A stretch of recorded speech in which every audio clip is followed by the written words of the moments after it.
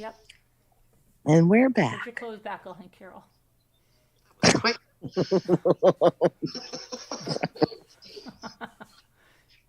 Hi, Deborah Van Hi, Coover. Deborah. Smooth ride? Yeah. Hey. All right, so let's do this real quick. Oh, I've got all my boxes in my paint over there. It's okay. I was working hard. All right. Chris Free. Sean Sneed, happy birthday again.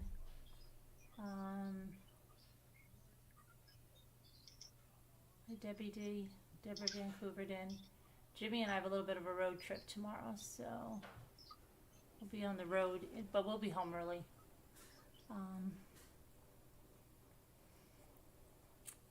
Let's see. Is it just me, or do you sound really low, Carolyn? Or is it just my... I'm sounding really low? Carol, do I sound really low? Now it was loud. No, you don't. No, I don't think so. Loud and clear. Probably blew out someone's eardrums. Oh, no. It was low. Now it's great. Yeah, that's. I'm awake. Okay. Oh boy.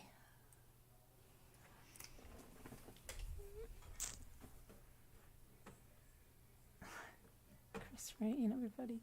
Okay, so there's an update on, well, let's see.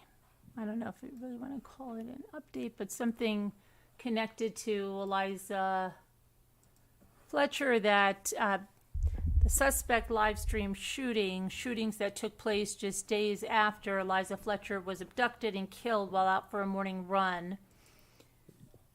So what happened is that police in Memphis arrested a 19-year-old who's allegedly connected to a string of shootings that were recorded on Facebook in the city on Wednesday.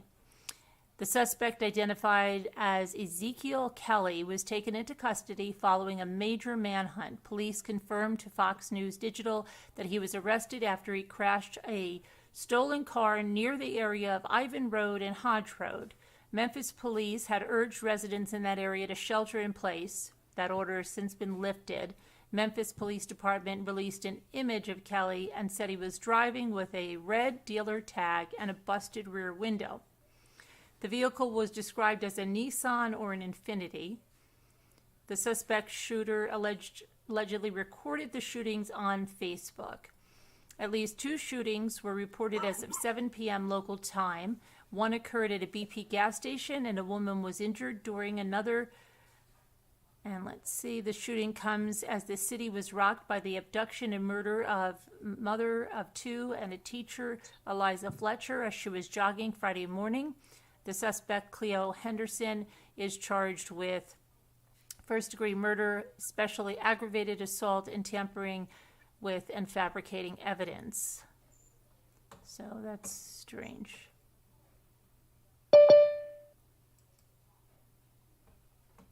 Okay, and then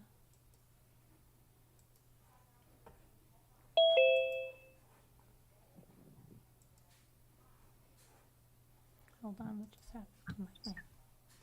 What happened to my thing?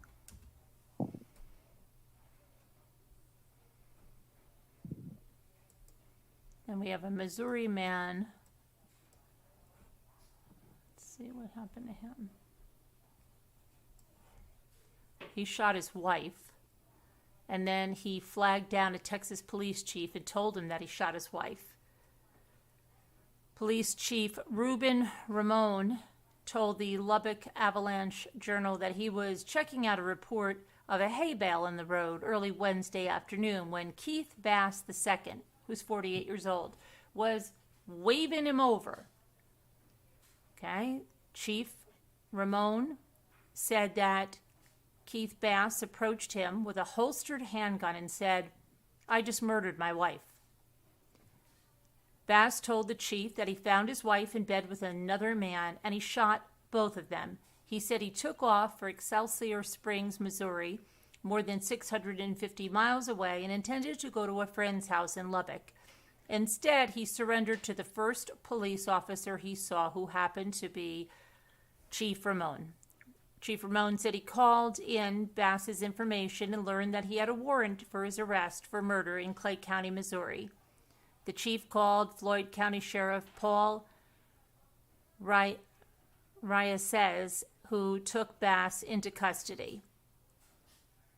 The shooting took place just after midnight Wednesday morning. Officers found a man and a woman on the front porch who were shot multiple times, with at least one of them suffering multiple wounds to the chest. Both were taken to the hospital in critical condition, and Excelsior Springs Police Chief Gregory Dahl said later Wednesday morning that the woman had died. Dahl said the suspect fled the scene and was considered armed and dangerous, and that investigators believed it was a targeted attack. The initial 911 call said the suspect was an ex-boyfriend of the woman. Okay, and then it said that Bass was taken to Hale County Jail in Plainview on $1 million bond. What about the guy? What's his condition? He's still alive? The guy she was with?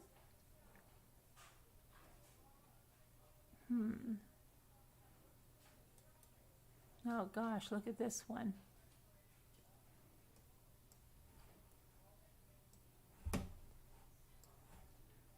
The president of a Florida condominium association has been accused of surveillance camera hidden in a flower pot in a neighbor's bedroom.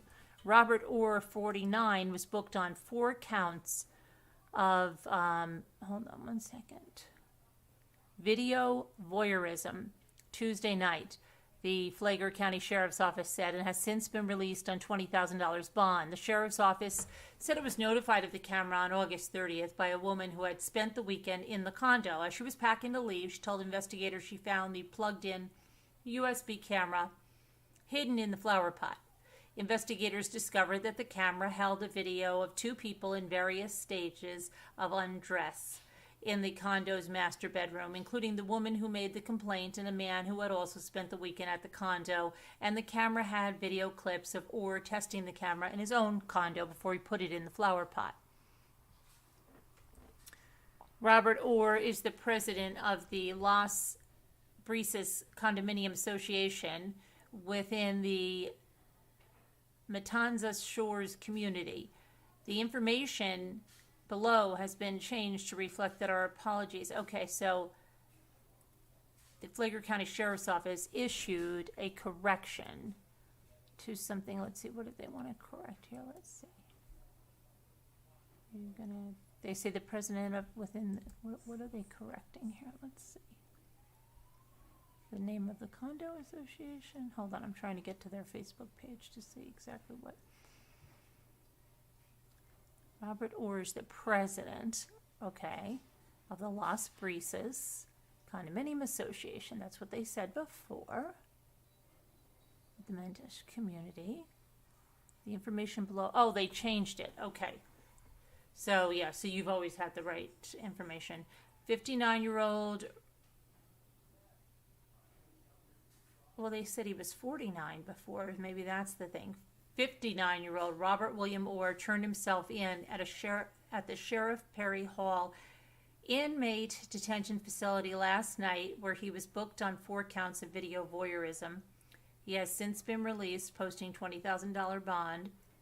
Okay, and we went over that. So the condo owner told detectives that the condo is usually unoccupied, but she does allow people to stay at times as guests. The condo owner confirmed that Orr was allowed access to that condo to check on its condition, since the owner lives out of state. Detectives obtained a search warrant for Orr's residence, where they found several spy cameras along with other kinds of electronic devices, and those devices are being analyzed by the FCSO's Digital Forensics Unit. I'm urging anyone who has allowed Mr. Orr unsupervised access in their home to check for secret recording devices and to contact us right away if you find anything suspicious, said Sheriff Staley. At the time, the evidence suggests that Robert Orr acted alone. The Matanzas Shores Property Management has cooperated fully with the FCSO in this investigation or has no prior criminal history in Flagler County. Okay. All right, so we got that.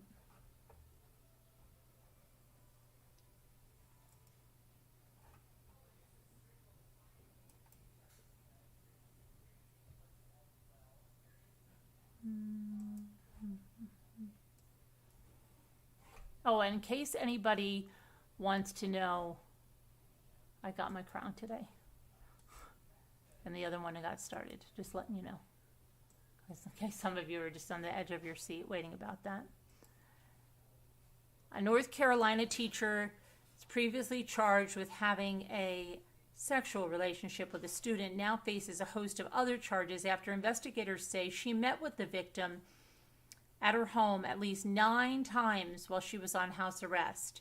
Elizabeth Suzanne Bailey, who's 36 years old, was first arrested on August 1st, and she was charged with felony statutory R of a person who is 15 years of age or younger, indecent liberties with a minor, and sexual activity with a student, and was subsequently charged with 2 more statutory R charges, along with contributing to the delinquency of a minor. She was released on $75,000 bond and put on house arrest with electronic monitoring bracelet on her ankle. She was ordered to stay away from the victim, but she didn't obey that at all. The Iredell County Sheriff's Office said that this week, a subsequent investigation revealed that the victim had been to Bailey's home at least 9 times since she's been released on bond. The Sheriff's Office arrested Bailey on Friday and charged her with 27 additional counts, 9 counts each of contributing to the delinquency of a minor, 9 counts of intimidating or interfering with a state witness, and 9 counts of violation of pretrial release conditions. Brought back to court, her bond was up to $800,000. Deputies say more charges are possible. She is behind bars as of Wednesday night. Oh boy. She was a science teacher at Northview Academy, Iredell, Statesville schools. She had been suspended after the initial arrest in August. The school district that said she had been employed by the district since February of 2010 when she was hired as an assistant. Did I clean my brushes and put them away? Yes, I did, right? Okay, good. All right, let's see.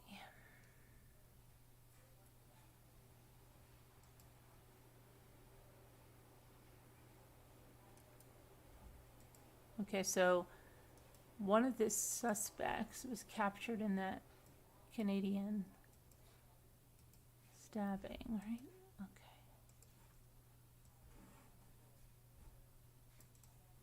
Oh, get over there. Get over there, buddy. Royal Canadian Mounted Police announced that a suspect in Saturday's deadly mass stabbing in central Saskatchewan died after being taken into custody.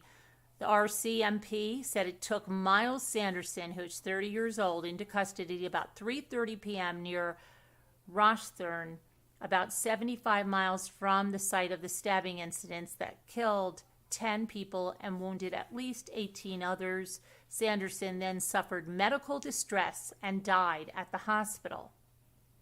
Medical distress. I wonder what happened. Sorry, I've got all this Mod Podge on my hands here. Sanderson's alleged accomplice, his 31-year-old brother, Damian Sanderson, was found dead Monday near the home on James Smith Cree Nation that authorities were investigating. Investigators said his injuries did not appear to be self-inflicted, but they didn't say if they believe Miles Sanderson was responsible. Detectives were investigating 13 separate crime scenes on the Cree Reservation and the nearby village of Weldon and said that some of the attacks appeared targeted while others seemed random. Additionally, Miles Sanderson was reportedly seen in Regina on Sunday afternoon, but police never found sign of him there. On Tuesday, investigators returned to James Smith Cree Nation after a report came in that he was seen there, but then again, police found no signs of him. The RCMP sent out an emergency alert shortly before 3 p.m. on Wednesday about a person armed with a knife traveling in a stolen vehicle near Waukau. The alert noted unknown persons involved, but added that it could be related to the dangerous persons alert that was issued Sunday about the Sandersons. The alert advised people in the area to seek shelter, use caution, allowing people to enter their homes, stay away from suspicious people, and not to pick up hitchhikers. 40 minutes later, Sanderson was in custody, and the dangerous person alert was canceled. Sanderson was charged with 3 counts of first-degree murder and 1 count each of attempted murder and break-in and entering. So then what happened? And then he just died? It seems very suspicious, huh? Okay.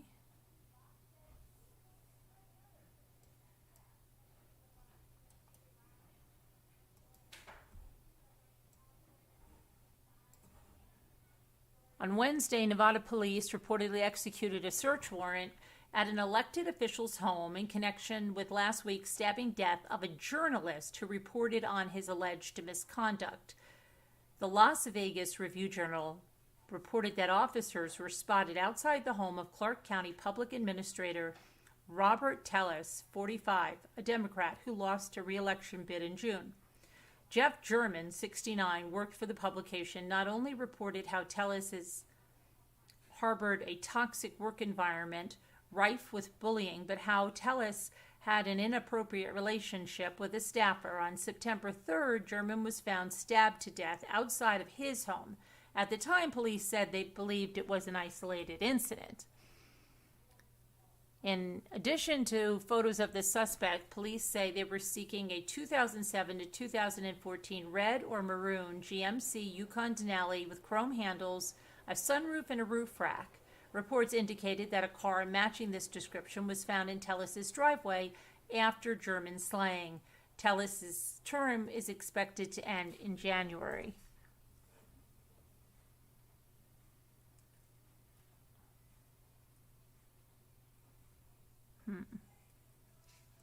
Strange.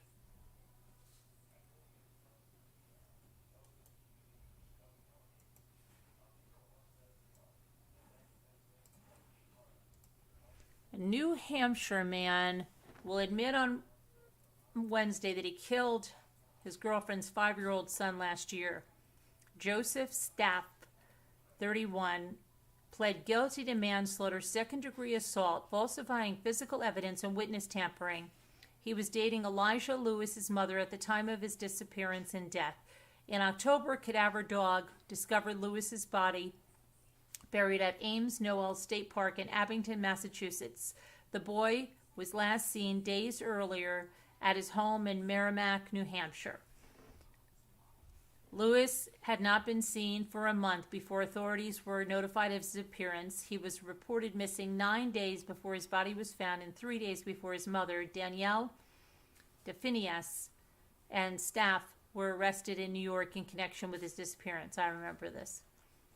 According to the media, an autopsy stated that Lewis suffered acute fentanyl intoxication, malnourishment, pressure ulcers, and injuries to his face and scalp. In April, DeFinias was indicted on charges of first-degree murder, second-degree murder, and witness tampering. She remains in custody. And the mom compared the little boy to Ted Bundy. What? Are you kidding me?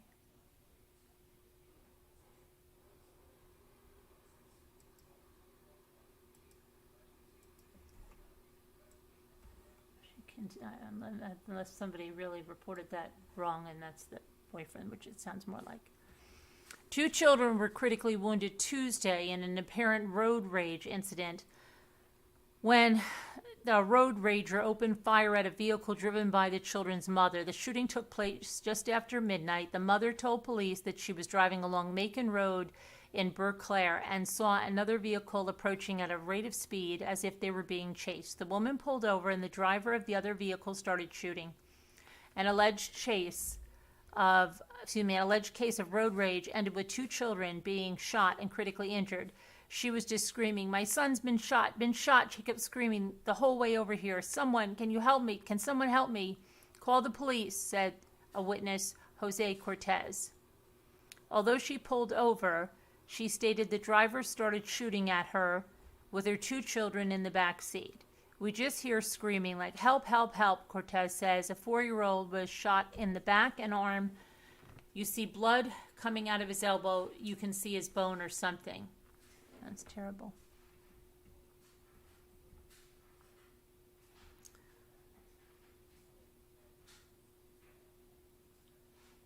An 8-year-old in the vehicle was also injured after a bullet hit her leg. Both children are recovering at a local hospital.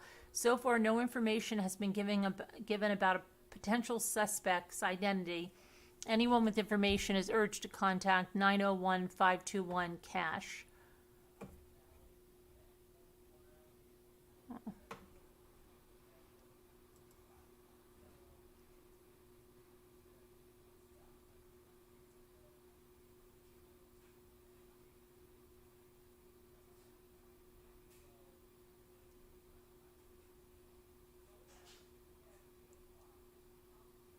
The death penalty is not ruled out for the suspect in Eliza Fletcher's kidnapping and murder.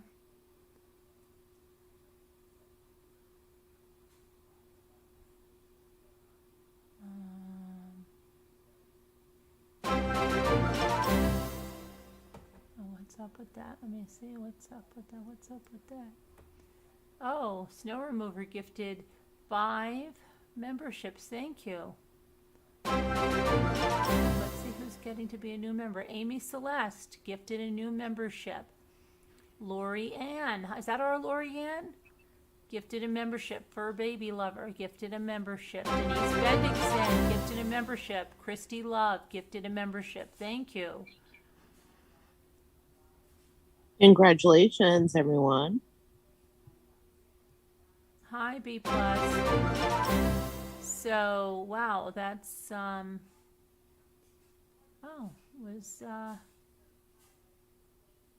B+. Thank you for becoming a Deputy Rambler. Wow, that's great, guys. Wonderful. We do a lot of fun stuff. Okay. So, let's see, what else do we have? Poor Eliza.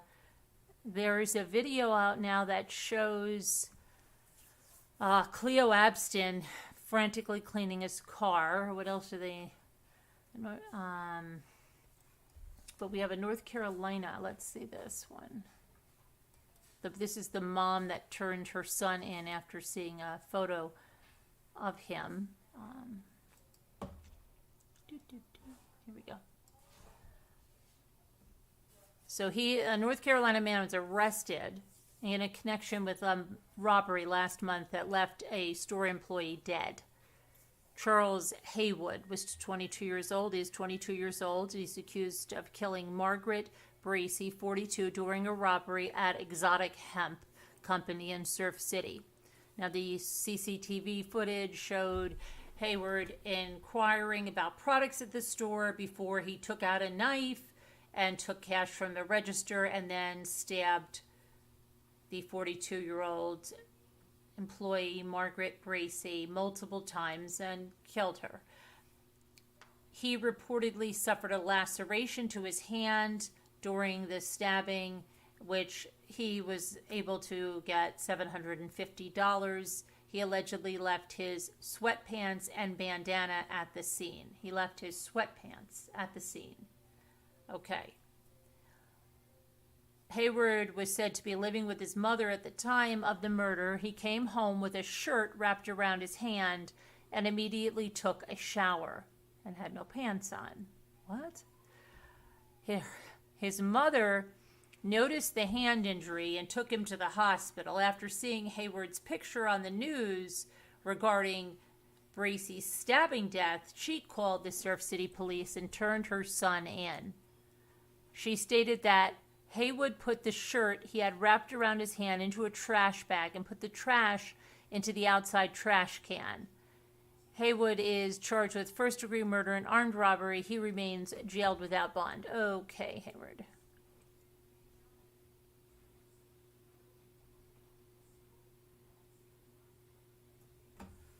Okay, and I think we're good for that now. You know what? I wanted to say something. Oh, excuse me, because today I've been power washing like a lunatic. But let me put B plus. Are you still here? I wanted to ask you something. Let me see here. Where?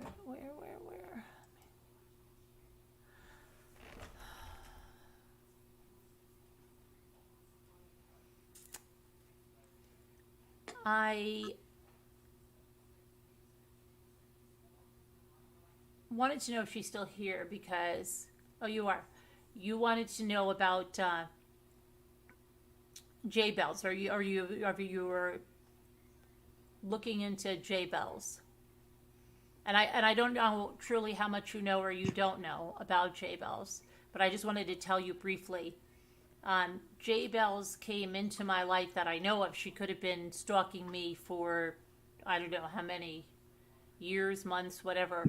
But she came into my life March of 2019 is when I think I have the first interaction with her. And that interaction came when we were talking about a mother on YouTube who she had a mixture, I think, of some biological children, but mostly adopted or foster children. That she had a very popular YouTube channel, but she had the kids do a bunch of skits, but the kids were being horribly abused. And my first interaction ever was her coming in and saying that she had been trying very hard with her husband to adopt a baby, and this is just terrible. And then she started sending me some information about this mother, but said that she was pregnant now, like 7 or 8 months, whatever it was, and asking me, you know, if she could do some, if I ever needed her to do any help. And she was almost ready to go on maternity leave, and she's a criminal profiler. I think that was my interaction. And then fast forward to May, shortly before Mother's Day, she had started to come on and off, but she wasn't like too much, you know. Like I'll always find a lot of people when I go back, there's emails from them, right? Lots of emails that they're very needy and they need a lot of attention. I will tell you that. And when I look back over the emails of some people that have flipped out, a lot of times you can see no matter how much attention you would give them, it's never enough. Now, her emails were not like that, not like the way some of these other people have been. But what happened was, shortly after we ended a live one night and it was late, she sent me an email and it said, I don't know why I'm writing you this, but I guess, and I can remember this by memory, when someone dies, you're supposed to tell someone, right? But prior to that, she came, we used to do a book club, and we still do, in Patreon. And she came on camera. And looking back now, she wanted us to believe that she didn't know the camera was on.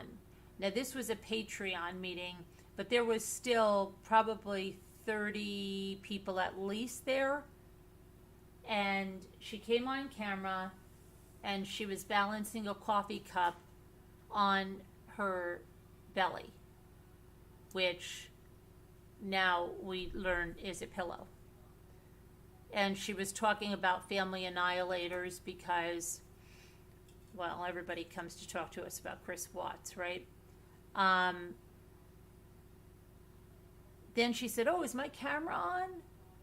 You know, and talked a little bit about her husband who was going to be coming in from New York, because apparently her husband, they're from Manhattan, and her husband was there.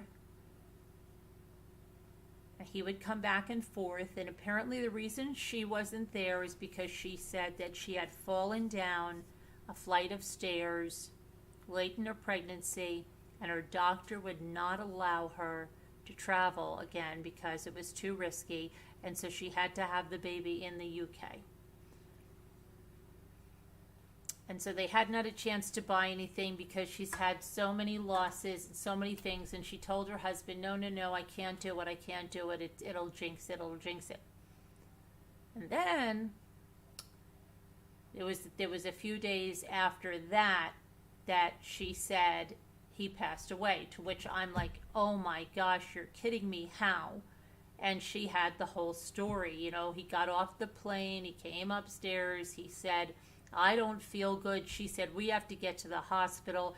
He had a fever. He started seizing. They get him to the hospital. They find out he has encephalitis, and his brain is swelling like crazy. And she actually came to a live, okay, and said, and this is another thing, okay? When Yamil did the anaphylactic shock thing for us, so Yamil is another one you don't know about, but she was another person that said, oh, she was intensely private. But then one night she comes in and says, oh my gosh, I just had anaphylactic shock incidents, and my neighbor saved my life. And you're like, why is this person telling us this? Well, J-Bells did the same thing. She's like, oh, thank goodness you guys are on. Who remembers this? My husband's in the hospital. I don't know what's wrong. I don't know what's wrong. And that was the night before he allegedly died, which she didn't, because the guy that she showed us does exist, but it's not her husband. So then the next night she tells us he died, to which I started an emergency meeting to say, what do we do now? Because she said she had no family, blah, blah, blah, blah, blah. The next day she wants to meet with me in a Zoom, just her and I. And she has these credential badges, and she's showing me all this stuff, to which, of course, I'm saying, you don't have to explain yourself. Your husband just died, right? And she is, while she's talking to me, she's going, you know, having noticeable contractions. So I'm like, are you having contractions? I don't know, you know. I don't know. She would always start to stammer when she got very nervous. You could hear it. She couldn't talk normally. And I guess she was so freaking nervous about what she was saying because she didn't speak like that normally. And so I said, you better get to the hospital. That was a Saturday before Mother's Day. And by Sunday, Mother's Day, she's in labor. And throughout the day, she is texting with me, telling me what's happening in the room and this and that. And then there was something weird that I thought was weird, but apparently the midwife or one of the people in there grabbed her phone and said, she's not cooperating, we need help with her, blah, blah, blah. I'm thinking, like, and I could get in a lot of trouble if I have all these messages. If I'm found doing this, but I just feel so bad for the poor girl, blah, blah, blah, blah, blah. And meanwhile, she's disrupting my Mother's Day. But of course, I'm not thinking that. I'm thinking I'm helping this poor woman that, you know, had just lost her husband, now is delivering a baby. And, you know, she's saying things like she doesn't even know what she's going to do without her husband. She has nothing for this baby, to which we got online and we bought her some things through Amazon and had them sent to her house. And no, we didn't send her money. We bought her gifts for the baby. Then she came on one night, the baby, she told me, she called me and she said, I'm a mama, is what she said, but that they whisked the baby right away. The baby had a fever. And my husband and I immediately said, oh my gosh, group B strep. And she was like, what? I don't know. Well, suffice it to say, she had that baby. She sent me a picture of a baby in a bassinet, in an isolette. But that baby, she gave me graphic details about what is going on with that baby. And then he was transferred to a children's hospital. And from there, she concocted this crazy story where she used other people that didn't even exist to validate what she did. So she had a dog walker who was also her, somebody she was mentoring in the university, right? Named Beatrice. So Beatrice would send me emails about J-Bells/Genevieve and say, oh, I hope she's okay. She has been so good to me, this and that and the other thing, right? And then she'd actually have a whole signature with her. She had a whole story. This was a major character in the whole thing. So Beatrice would message me and say, I cannot find J-Bells, or I found J-Bells collapsed on the sidewalk. And that's what happened that day. She said she found her collapsed on the sidewalk, and that she picked her up and she put her to bed, and she doesn't know what happened. And is the baby okay? And I said, well, I'm beginning to think the baby is not okay. Maybe she got some really bad news and she's not processing it. And she said, well, I'll see if she leaves, at 7 o'clock to go back, and I'll keep checking on her. So I've been at that time. Now I'm conversing with somebody who I believe is Beatrice, right? This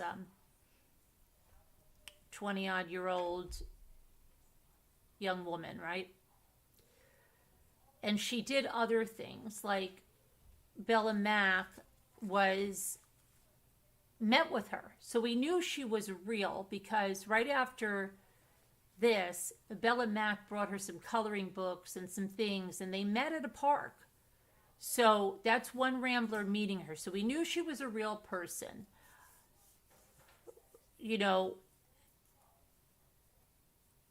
And she was intelligent enough to craft this scheme, but she would do things like, let's say B was coming. Bella Mack was going to go there to see her.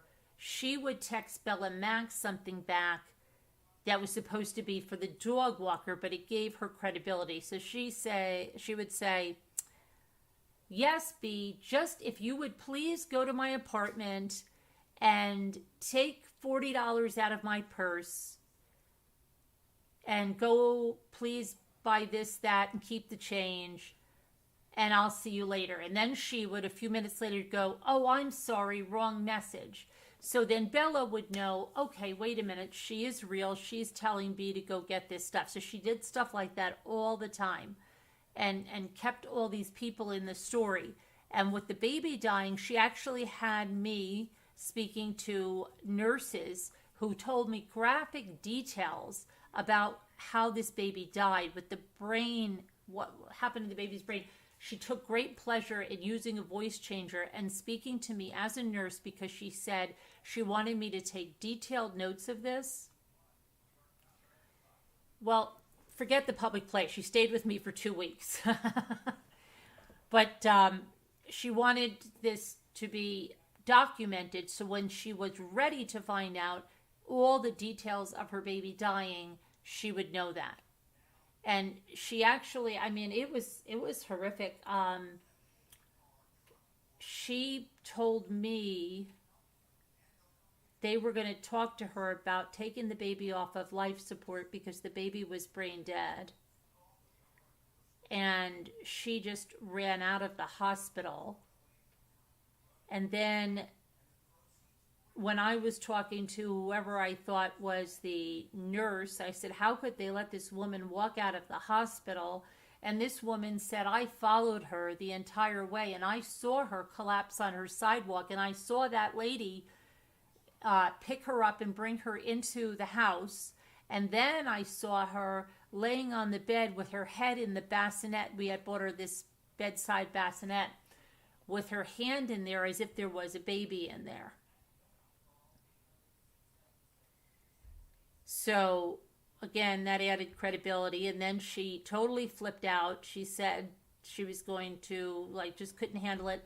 and had me think that she was admitted into a psychiatric unit, okay, because she couldn't handle the pain, and during that time had me speaking to various people. Once she got out of there, and all that time I had to arrange for the dog walker to bring her dog, Elvis, Cocker Spaniel, a black Cocker Spaniel, to the psychiatric unit for her to see them. It was all of this back and forth between all of these people. And it wasn't just with me. It was with Bella Mack, and it was with these people from the university who we ended up meeting that she duped completely. It's just crazy. The whole story is just so crazy.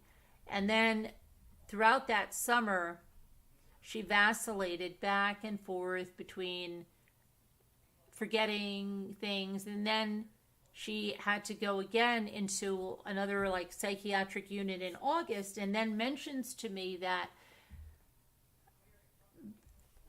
because I always wonder if she would have gone there with the brain tumor.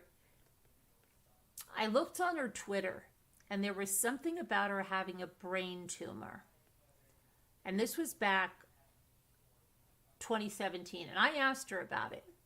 And she started to cry. And she said, it's like having a black cloud over you.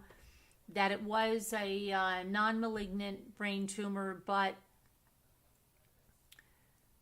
it can come back at any time, blah, blah, blah, blah. And I noticed then she was friendly with someone that was really going through this ordeal on Twitter. And I saw that she was talking with her about it. So now that she knew that, well, in August, she starts to say that she had to go for an MRI and they see something. And then I said, oh, please, it's not going to be that. What would be the chances of that? You would be the most unlucky thing in the world. You know, we made light of it. Well, lo and behold, it is a brain tumor. And I don't remember if it was before or after we talked about the in vitro fertilization, because supposedly she had been to one of the top fertility doctors in Manhattan. And when she was saying all the time that she doesn't need to be with another man, I said, but this was before the brain tumor was discovered. She said, you would really do that with me? You would go through that with me? Because I don't want another man, but I want this baby. And I have 3 embryos or 6 embryos over there. And I said, yeah. She was like over the moon with that. And she was making an appointment. And then the brain tumor. And of course, it's an aggressive brain tumor. It's a stage 3. And she then wants me to hold a Zoom where we tell Bella Mack and someone else about this and lets me do this for her. And everybody's upset, crying, but, you know, you're going to get through this. I spent hours and hours researching, you know, options for her, the Mayo Clinic, clinical trials, hours upon hours of looking around for that, you know, for her. And then she was always texting with me, always messaging with me. But she was very good, like I said, in doing research. I mean, we really did good research together. This is what I mean. She wasn't like some people that just like really want your attention all the time and they really don't. She was very good about, like, if we would be researching a case, we would sit down together and really get a lot of research done. And then she was interested in things I was, which, you know, Scooter asked her when we had the confrontation with her, which we recorded. Did you really like being with us? Because you really seem to like being with us.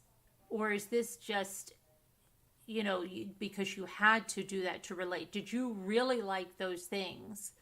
And she said, oh, yes, I really did like those things. But you could see that she was a complete sociopath, psychopath, without a conscience, without the ability to truly love anyone. Because I'm the kind of person that gives people like 90,000 chances. She came here. You know, we cried for her, we prayed for her, we invested so much time and effort into her and everything with her. And when I got the call on December 23rd from that professor who said, I have to tell you, she's not who she says she is, I immediately thought it was some internet troll that was doing this. And I kept saying, you know, I don't believe this. And she immediately got on a Zoom with me. And at that very point in time, my patience was running really thin with J Bells, because she was requiring more and more and more of my time. And she wanted a lot of these private crafting sessions and wasn't mindful that I still had to go on and do a show. I still had to do this. Nothing was ever good enough for her then.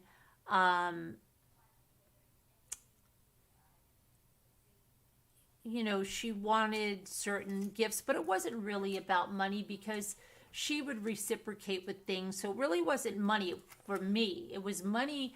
The professor had given her a lot of money, so much money that the professor's brother had filed a police report because their parents had been bilked out of thousands of dollars.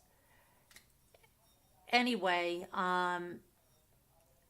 when we were going to confront her, I still thought, when she saw the boys, my little boys who I thought she loved, and I thought she was going to be crushed when she saw them and realized she couldn't have a relationship anymore with them. And that's when I saw her as a sociopath, because the reaction was completely the opposite of what I would expect. It wasn't somebody remorseful and so upset that they're really not going to have a relationship with these boys, or that they've somehow disappointed these boys or anything.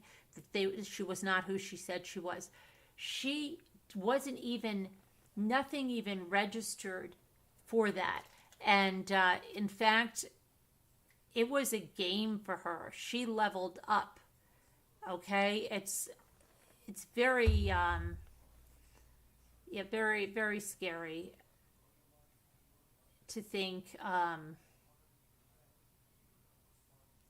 that was what she wanted to do. And she came to me when I was in my grief, and it would make things about her, and she did things, you know, here, told people things. She told one of my first mods, who's still one of my mods, that I hated her. Poor Sharon. She told her, Carolyn hates you. That wasn't the case. She told people all kinds of things so they wouldn't get close to me, or they thought that she was the closest to me. It was nuts. It was nuts. But she was taking up more and more of my time, and she became absolutely manic at the end. And I realized why. It's because the professor had told her, okay, I found out you're lying again, and if you don't come clean with all these people, I'm going to blow this sky high. So she was coming and saying, well, you know what you could do now? This time, my son passed away in May. That was in December of 2020. And she's trying to tell me all this stuff I can do, and all it's sounding to me like is, here, you're overwhelmed? Well, how about you do this? How about you do that? How about you do that? And it's like, great, thanks so much for all of this. I don't need all of this. I am struggling with what I have to do, and you're giving me all of this work on top of it. You're not doing any of that work, so it's not like you're going to say you're going to take care of that, but you're just giving me more and more work. And it was just, my head was exploding. And I just said, please, just stop. I don't want, I'm not looking for more work. And she even concocted another pregnancy, you know, and there are so many things that happen. It's just, it's nuts. I am writing a book on it because it is so nuts. It's just so convoluted, and every single story I've ever read of any imposter like this has not all of these elements that she has. She really just brought it up the ante into everything you can. And you can look back on it now and say, oh, did you know this? Did you know that? But you don't understand the way she crafted this and what she did, and then the cunning ways she used things. But you know what really gets me? Nobody could find her real family. Nobody could find her real family. We found her real family, and other people want to take credit for it, okay? The professor could not even find her real family. We found her real family. It's very, very interesting how people want to take credit for that. Very interesting.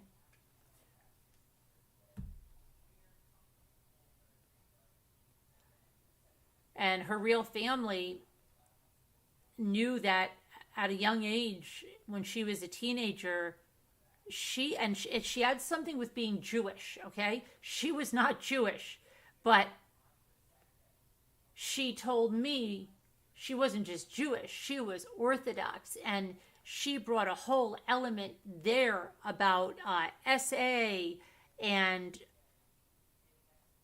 family annihilation, and she was the only survivor, and she was shot in the kidney and lost the kidney, and that kidney thing, because they'll take it from different parts, belongs to a real sister of hers, and she took their children and used them in photographs.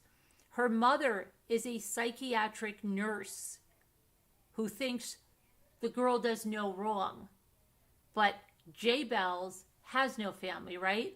She's the victim of a family annihilation. Her twin sister, she showed me photos. And the funny thing was, she had this photo as a little kid with this pineapple, but she was wearing Levi's in it. And I said, how are you wearing Levi's? That's against your religion. And she told me that her father, who she actually had a recording of a father singing with a little girl that she claimed was her. I've asked her sister about it. I don't know who the person is, but it's not her father. And she said that her father used to bribe her with a pair of Converse sneakers and a pair of Levi's under her pillow. No, that would never fly in an Orthodox home like that. No. So, yeah, I thought that was really odd. But she happened to be holding this pineapple, which is the symbol for Mommy Ramblings, right? And she thought, well, wow, this was meant to be. And the other thing was, she wasn't Jewish, not in any shape or form. She had said she was going to interview Chris Watts in prison. She had gotten a grant to do it in so many hours, and she wanted me to go with her.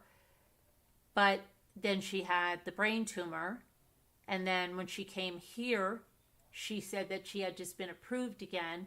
But ironically, on the trip, they called to tell her that the treatments weren't working.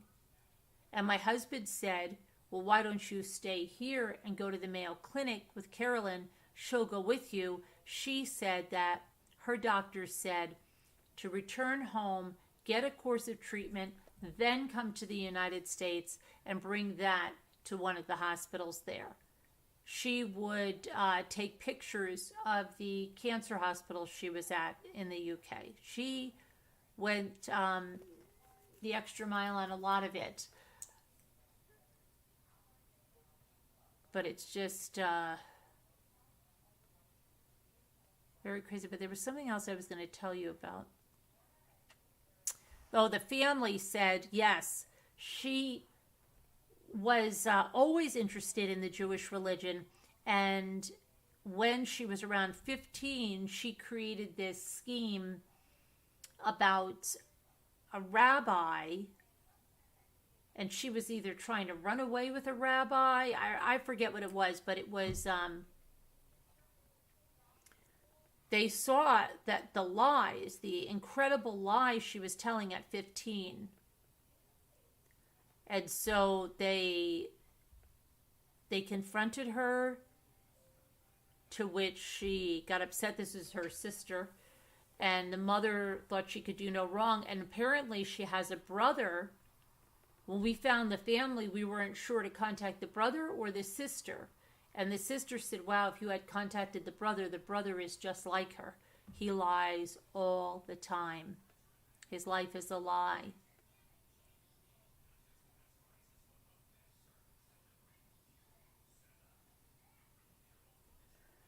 So, yeah, she has had certain things she wanted, and she took them, perhaps she was very interested in that religion, and she took bits and pieces of people's lives. And Jimmy wonders, where is she? He believes she is still right here around us. We have reported her to all of the authorities. Apparently she has been reported in the UK too, and nobody's done anything. Jimmy thinks she's around here in another name. And, wherever she is. The professor gave her a second chance, and I believe could have given her a third chance as well. Actually felt sorry for her even after the second time.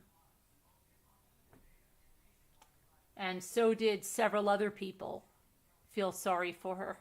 So it's she had people doing all kinds of things for her from the university, cleaning out her apartment when she was moving her things, cooking for her, cleaning for her. Yeah, it was crazy. And then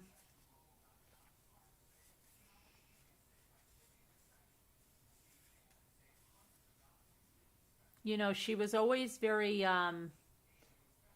absent during the lives. Like she would say she watched them later or something, but I think she was running around with different troll profiles and different sock accounts in order to, manipulate things the way she wanted to.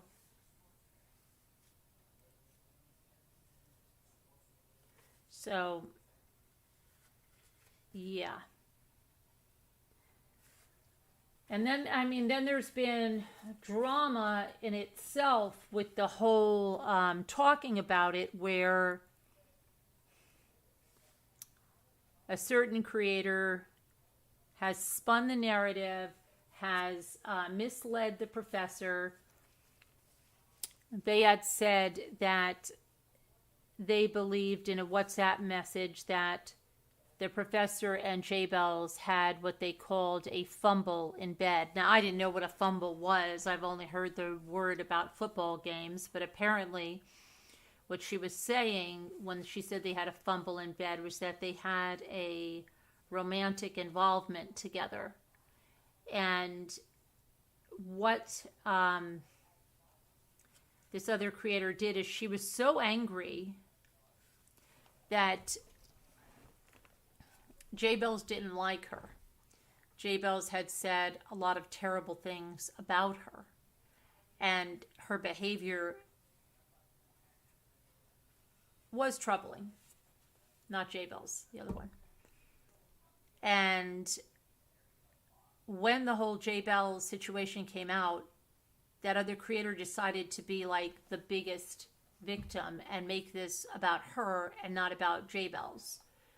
So then it became, you couldn't apologize enough to this person. It was never good enough. You could have done it better. And then thought, well, I'll grow my channel off this. I'll go over there and I'll make this big video while I'm leaving. And what happened is a whole bunch of nothing. And that made things worse. So then she decided to seek revenge by taking the WhatsApp messages that were between myself, Scooter, Bella Mack, okay, and that other creator, and she sanitized, which I mean, pulled out her messages, and then said that I was the one that said they were in that romantic relationship. That is not the case, and I have the original messages.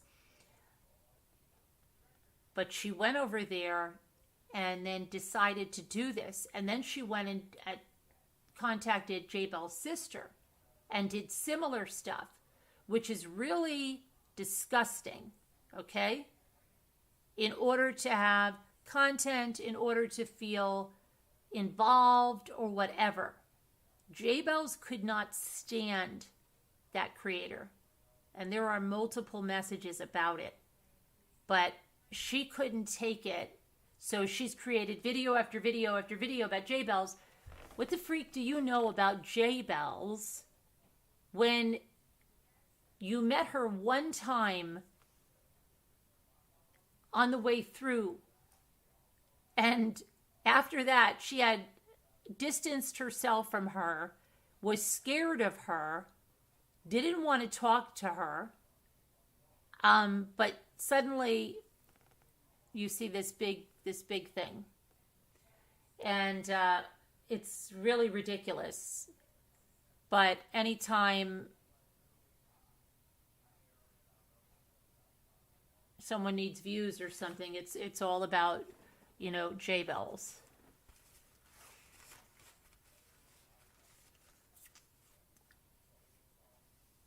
No, J Bell's is not a good girl. No, she's an imposter. She's an imposter. But there are other people in there that try to use the story and make it about them and try to make a competition of victims. So, yeah. And still do. Still do. But anyway, the truth is the truth. So that's there's a lot. I mean, she had us go on elaborate farces. Like she told us that right after she got diagnosed with the fake brain tumor, she thought about a doll she had as a child, which was a Sasha doll with a blue gingham dress. And I found the exact doll, and it wasn't cheap. And it was $100 just to have it shipped to her in London, which I did. And then she told us that, again, right after she was diagnosed, she sat with us and Zooms.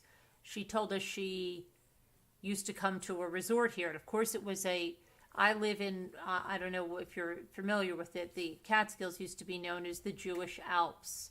And there were a lot of resorts and a lot of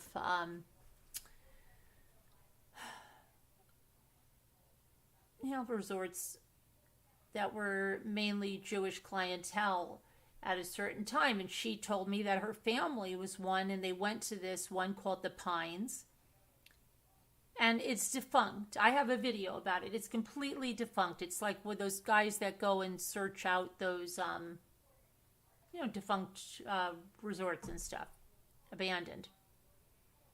But it was February, and it was the coldest February that we ever had. In fact, it was well below zero almost every day with the wind chill. And I nearly got frostbite on that because I didn't have gloves on at first, and then my hands got so cold, and I put gloves on, but when we got back to the car and they were thawing out, there was so much pain. It was like 10 minutes, and I was literally like screaming in pain. That I've never had agony like that with my hands. But she made us drive around and find this defunct resort, and it was dangerous. It was ridiculous when you think of what the things she was saying, as if she was really there when she was never even ever there, telling me that was the time she could remember with her parents, and it was a great time. And we got these pictures for her and this video but yeah, all kinds of things like that. She had to have cases of root beer. She would drink, I don't know, 10 cans of root beer a day. We paid for everything for her.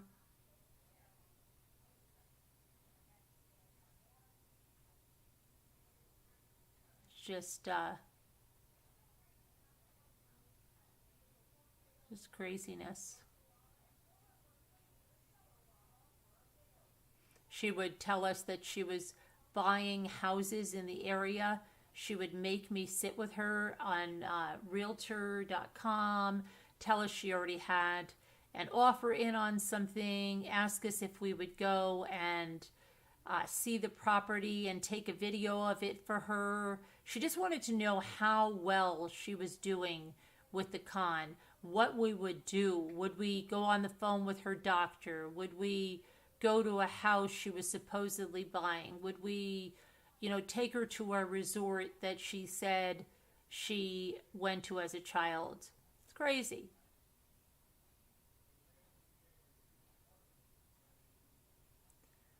J Bell's B+, her con,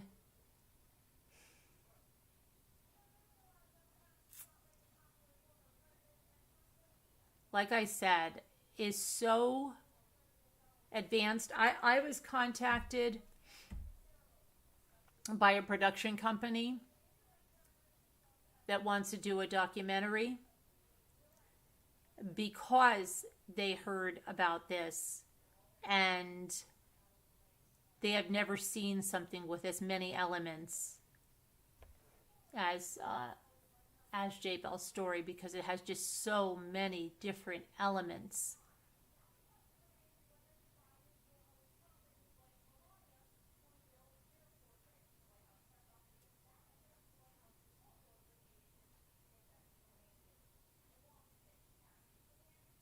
You have to have a great memory to lie that much, but they also make it easier by the brain tumor would explain. That's why I wonder about the brain tumor. Had I not seen that tweet, would the brain tumor have even been a factor? The brain tumor is going to explain away anytime she gets confused or forgets something, right? She used things from her real life that she knew about. Yeah, I had some thoughts. Yeah, I did have some thoughts, but you're thinking like,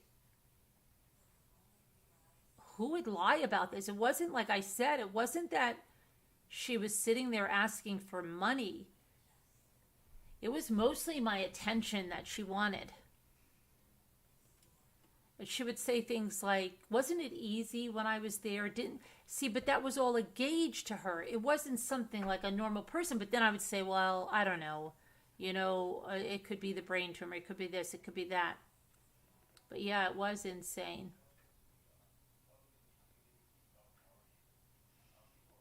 But I grew very impatient with her right before learning the truth, because her behavior started to escalate, which I found out was due to the professor discovering what the professor gave her a second chance. Now, this professor put us through a lot because the professor had discovered her and knew this, but didn't get in contact with us and was giving her a second chance. But then said, okay, if you don't tell these people, then I'm going to get on to you. But she still gave her more leeway before contacting me.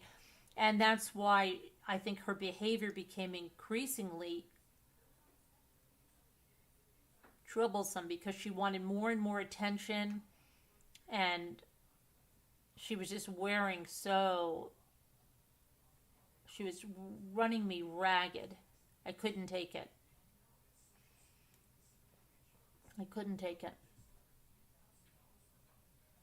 She wasn't somebody that was even pleasant to be around. Even if she liked what I liked, it wasn't pleasant anymore to be around her. And she would say, are you mad at me? Are you mad at me? But she was always lying.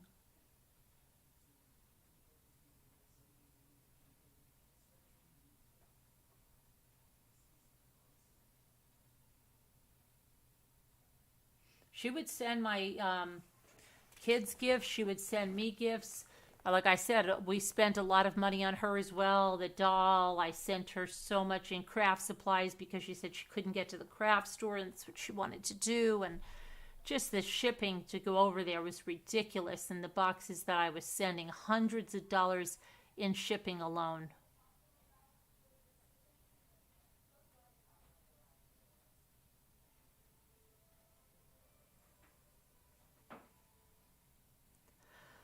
Just so crazy.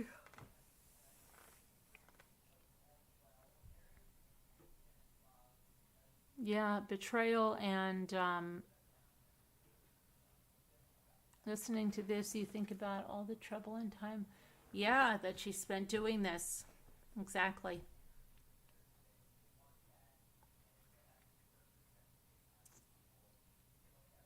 Yep. She went through elaborate. Okay, when Amber Jones called in to me and then became a friend. Amber Jones is the mother of the 5 children that were killed by Tim Jones, and he was on trial at the time. She told me that she wrote a song for Amber, and she recorded it on a video and sang it. Well, someone found out after she was exposed that that song that she said that she wrote and sang was another artist, wrote that song. And she said that she wrote it. And then there was another song that she said she sang about her and her husband. And she wanted me to listen to it. But it wasn't even her again. It's crazy.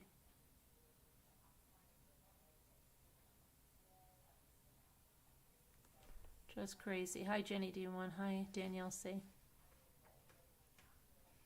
Yeah, it was a nutty time.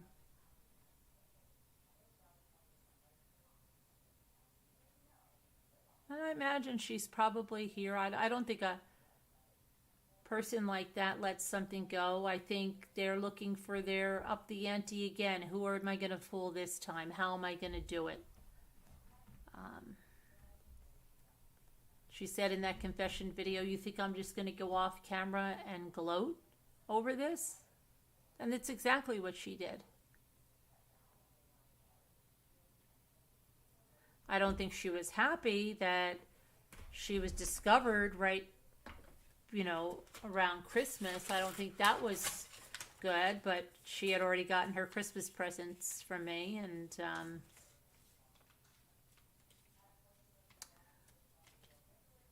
I bought her felting kits and all kinds of stuff, like a huge box from the hobby store of everything she could do, yeah. Just crazy. A real winner. But I'm going to call it an early night. I'm going to start a new Zoom for the members and the Patreons. They can go in the Zoom. And because we have to go on a road trip tomorrow. So, but I'll be checking in with you guys. But I'm going to start a new Zoom now. I'll do it while I'm live so that members and Patreons can come in. So I'm going to end this one. Don't freak out. Red Rum, Mrs. Torrance. Don't freak out. Okay. So let me get... Last night, we watched some good documentaries. Okay. So I'm going to put that for the members and the Patreons.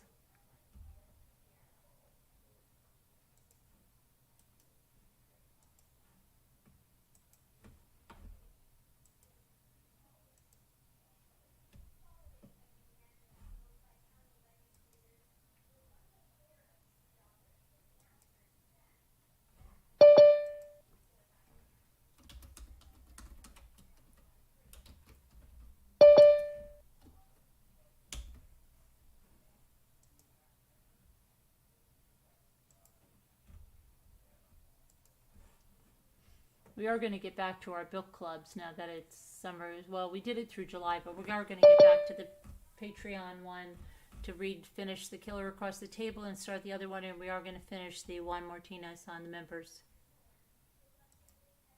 We have to get back.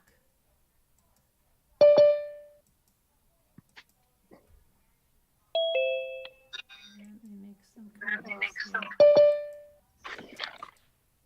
across the table and start the other one, and we are going to finish the Juan Martinez on the members. We have to get. Hi, Heart May Wise. Hey, Marco. Hi, Tammy. Hello. Hi, Hello. Tammy. Mark. Kat. Mark. Okay, let me go over and put this in Patreon. And then...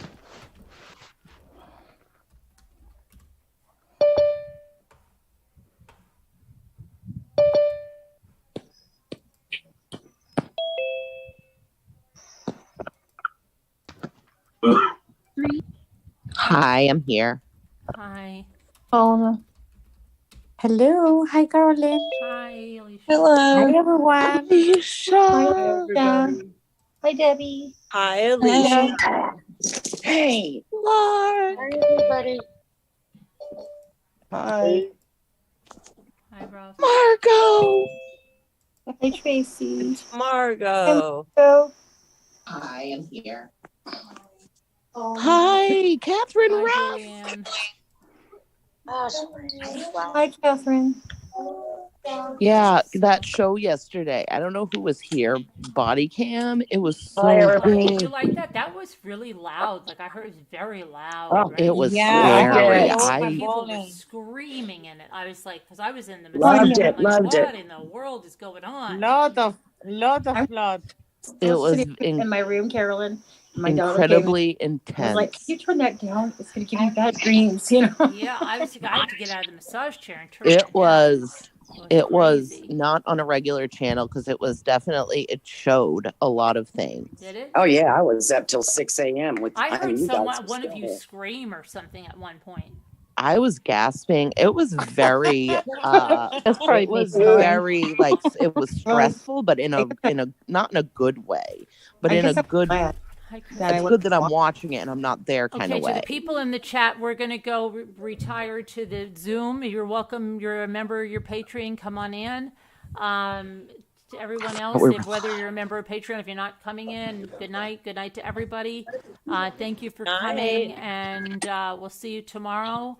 God bless. Hit the like. For all Good that night, you've done. everyone. We'll see you tomorrow, guys. Thank you. Good night. Seven Hit the like. Thank you, all of you feel that Love there you were all. too many stories from this woman.